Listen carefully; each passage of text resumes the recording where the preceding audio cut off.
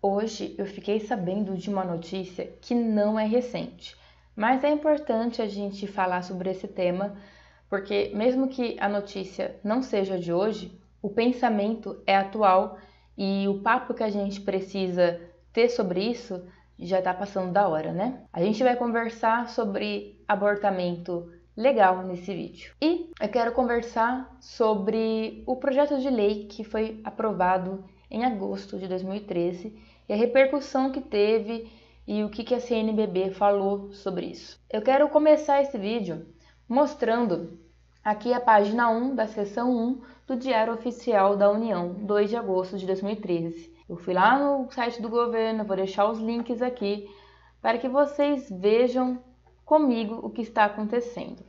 Vamos lá. A lei de número 2.845, de 1 de agosto de 2013, dispõe sobre o atendimento obrigatório e integral de pessoas em situação de violência sexual. As áreas técnicas da saúde, a gente precisa atender qualquer pessoa. A gente atende o policial, a gente atende o bandido, a gente atende a pessoa vítima de violência sexual e a gente atende a sua tiazinha que tem diabetes. O médico ele não pode escolher, o médico tem a ética e ele precisa atender todo mundo. É interessante que não existe uma lei em que faça a pessoa chegou de um tiro, baleada, né? E aí você tem que ser obrigado a atendê-la. Ninguém fala nada disso. Porque agora para atender a mulher, né? As pessoas aí, a gente sabe que são mais mulheres, né? Por isso que a gente acaba falando mulher. Precisa ter uma lei. Porque elas não estavam sendo atendidas. Vocês acreditam? É surreal, né? Uma coisa dessa acontecer. Isso mostra o quanto que é importante fazer uma prova para validação do CRM, igual existe na OAB, e também uma prova assim, pessoal, né? Uma entrevista para ver se a pessoa tem condição de ser médico, de agir com ética, porque para fazer uma lei dessa é um tanto quanto complicado. Inclusive o médico, que eu estava escutando falar sobre isso, um médico que trabalha no serviço de abortamento legal na capital de São Paulo, ele recebe muitos pacientes encaminhados do interior, porque ninguém conseguiu atender elas. Isso até hoje acontece, imagina antes, sem essa lei. Uma lei, ela existe porque a gente precisa assegurar o direito, sabe, de alguém. Vamos ler os artigos.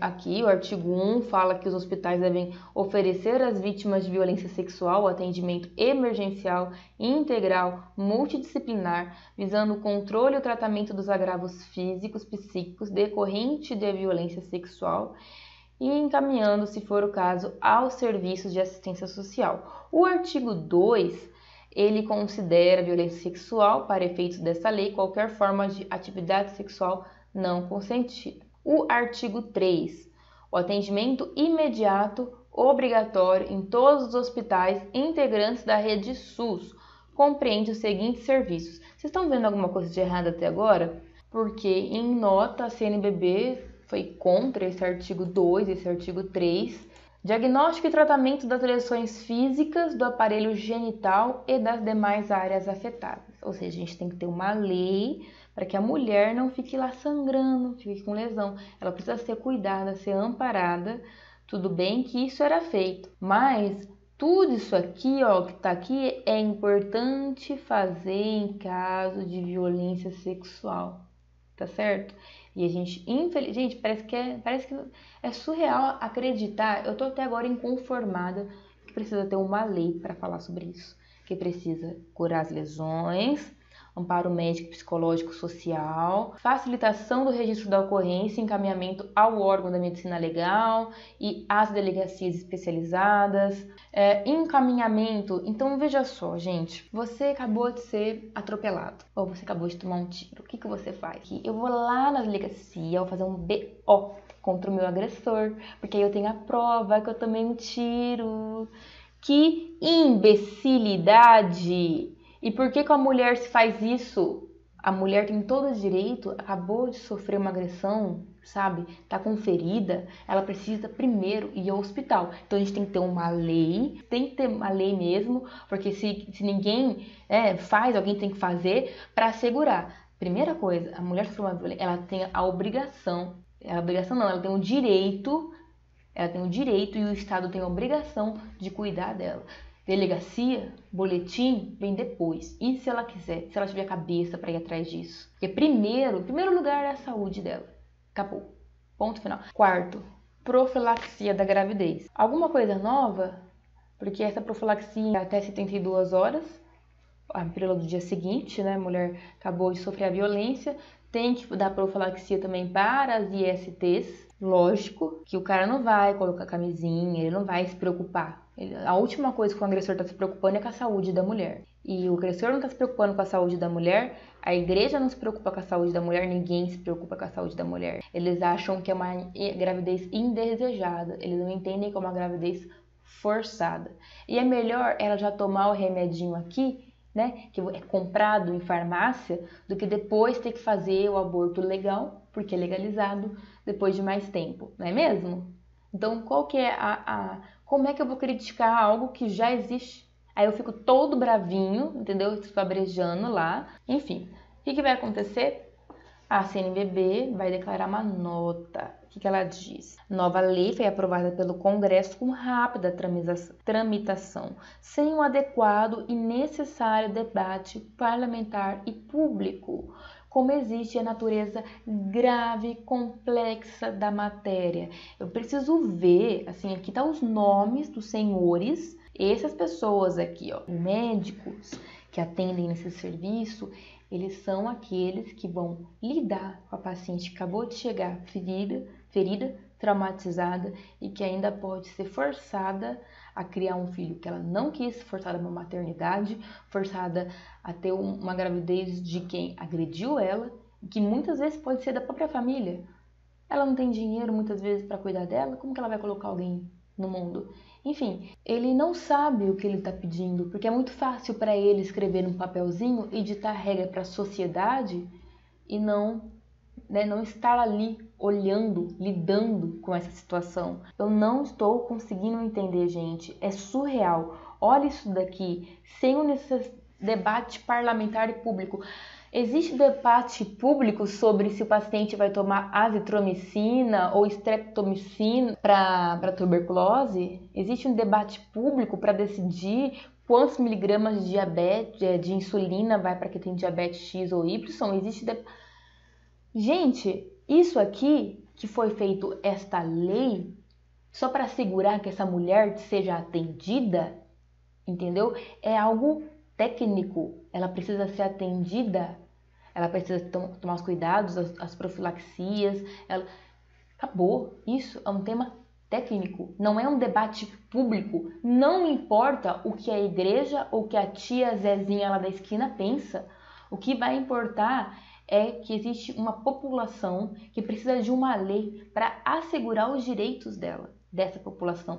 Para muitas coisas a gente precisa ter uma lei. Quem falou que o que todo mundo acha que está certo? Gente, é para isso que existe o estudo, é para isso que existe o especialista. O especialista daquilo ali, ele sabe falar daquilo ali. Quem estuda isso daqui, sabe falar disso daqui. Quem estuda teologia não sabe de medicina, não sabe curar os ferimentos, né, genitais de uma mulher, não sabe fazer uma profilaxia, não sabe, encucou com a palavra profilaxia, né? E profilaxia da gravidez, que absurdo, né? Tudo bravinho e etc. Qualquer um pode comprar na farmácia. Porque você está encucando com a lei. Esse senhor que não tem filha, que não tem família, que não sabe que tem uma filha que sofreu uma violência, que não sabe que é engravidar porque é um homem de idade, um senhor que não entende da saúde, que não está na frente dessas pacientes, ele só fala que é um absurdo.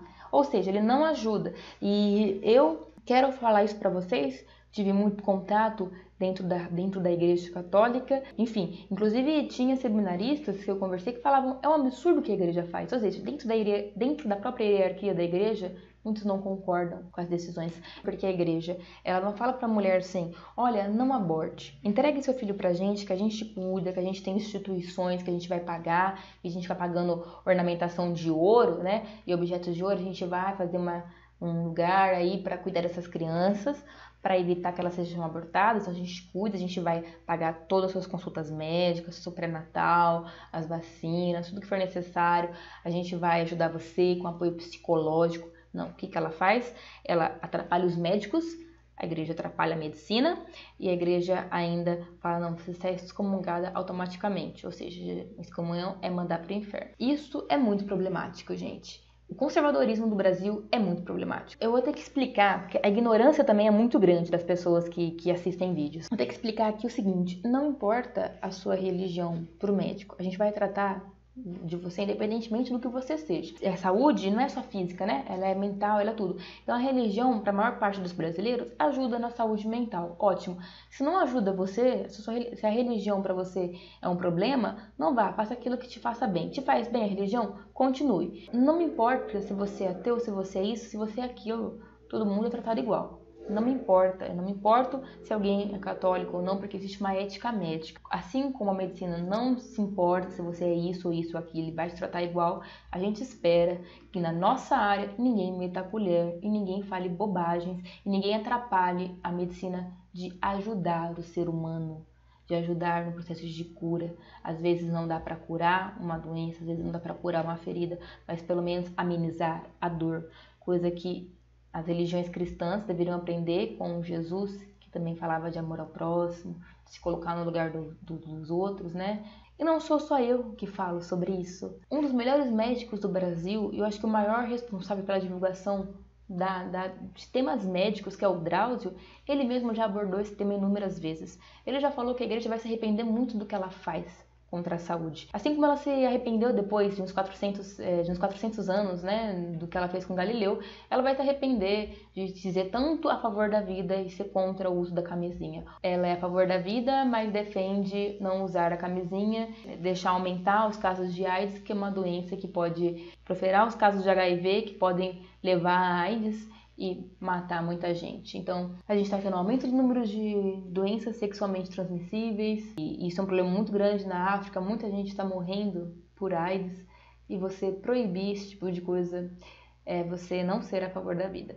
E eu não sou eu que falo isso, essa é uma frase que eu peguei do Drauzio falando, mas em relação ao que aconteceu em 2013, é só para vocês verem o quanto é grave a situação quando a gente fala de aborto no Brasil. E a gente está falando do legal, a gente está falando do legal. A gente tem uma forte influência das bancadas evangélicas, fica na religião, né, gente? Não vem se meter para políticas públicas de saúde. Aumentou bastante em 2019 a influência da religião em temas técnicos, e isso é muito preocupante. É surreal que a gente tem pessoas da bancada evangélica que querem proibir o aborto em caso de estupro, por exemplo, né? Que querem proibir qualquer tipo de aborto, até aqueles que é no caso de anencefalia, enfim. É incrível que é sempre homens que colocam isso, né? Sempre homens e ignorantes. Ignorantes porque não entendem da medicina, não entendem da área técnica. E de 2013 para 2019, não deixem de compartilhar o vídeo, se inscrever no canal e vamos continuar no nosso trabalho, né? Porque a divulgação científica tá precisando muito. Tchau, tchau.